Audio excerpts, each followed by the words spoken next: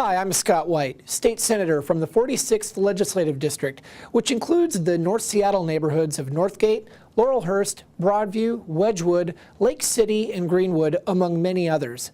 Thanks for watching this video update. I'd like to start off by telling you about the extremely successful town hall meeting we had in the 46th District 2 weeks ago. Despite the rainy weather, well over 200 people showed up at the Meadowbrook Community Center to talk about the issues that matter most to them. We had a great discussion on a wide range of issues as Representative Phyllis Kenny, Representative David Frocht, and I listened and responded to individuals' concerns and questions. We covered topics such as funding for smaller K-12 class sizes, higher education, services for the elderly, as well as legislation to protect against oil spills, preserve bargaining rights for public employees and teachers, reforming our state's regressive tax system, and many other issues currently being considered by the legislature. Town hall-style meetings are a great opportunity for people of all ages to come together in a single room to talk about their government and their community. Thanks again to everyone who attended and shared their thoughts. And if you didn't make it, I hope you'll be able to join us at a future meeting. Well, here in Olympia, we're starting to approach the final stretch of the 2011 legislative session. We have 1 month remaining until the legislature is scheduled to adjourn on April 24th.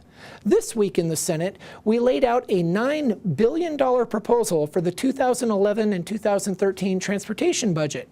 As Vice Chair of the Senate Transportation Committee, I played an active role in budget negotiations over the last few weeks as we worked to develop a bipartisan proposal that meets the transportation needs of communities across our state.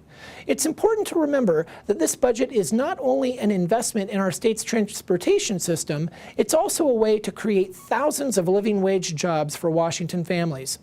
Our transportation budget is the most significant jobs package we're going to be passing this session, and it will fund critical transportation improvements and create jobs in every corner of the state. If you look at the timeline on your screen, you'll see that some of the biggest transportation projects, like the Tacoma HOV lanes, the Alaskan Way Viaduct project, the 520 bridge replacement, and work on the I-405 corridor in our state, will reach their peak over the next few years. These projects were funded by the Nickel Tax of 2003 and the Transportation Partnership Act of 2005. Further, these projects support an average of 10,000 direct and indirect jobs each year. Now, this transportation budget proposal reflects the first time in history that the state will collect less transportation revenue than in the previous biennium.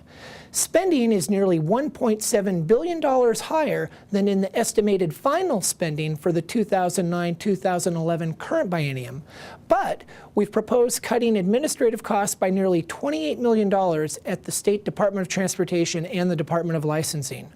I discussed the issue of declining transportation revenues in my last update, but to recap, 76% of all state transportation investments are financed by the state gas tax, which is automatically factored into your total bill every time you fill up your tank. But as you can see by this diagram, the gas tax is limited, committed, and doesn't keep up with inflation and growing demands on our transportation infrastructure. The gas tax is 37.5 cents per gallon of gas. But as you can see, after you take into account dedicated transportation projects, local funding, and debt services, less than a fourth of that, roughly 8 cents, remains for maintenance and operations, as well as preservation, safety improvements, and congestion relief projects for state highways and ferries. While the budget proposal we put forward this week does not include a change in the gas tax, it is possible that voters will be asked to approve a revenue increase sometime in the next few years in order to avoid the looming deficits the state continues to face. We'll also be looking at a set of fee increases this year in the legislature in order to fund state patrol activities and city and county transportation projects. We've also been moving forward in developing the state's operating and capital budgets this session. Last week, the State Economic and Revenue Forecast Council released its new revenue forecast. The projections were not as bad as some feared, but they did still indicate that the state is down by an additional $778 million over the next 3 years. You can see from this graph that the state's revenue collections have slowly increased after the state hit a low point in 2010 as a result of the global economic recession. After this most recent forecast, the state is now expected to receive $80 million less for the remainder of this 2011 fiscal year and $698 million less for the coming 2011-2013 budget cycle.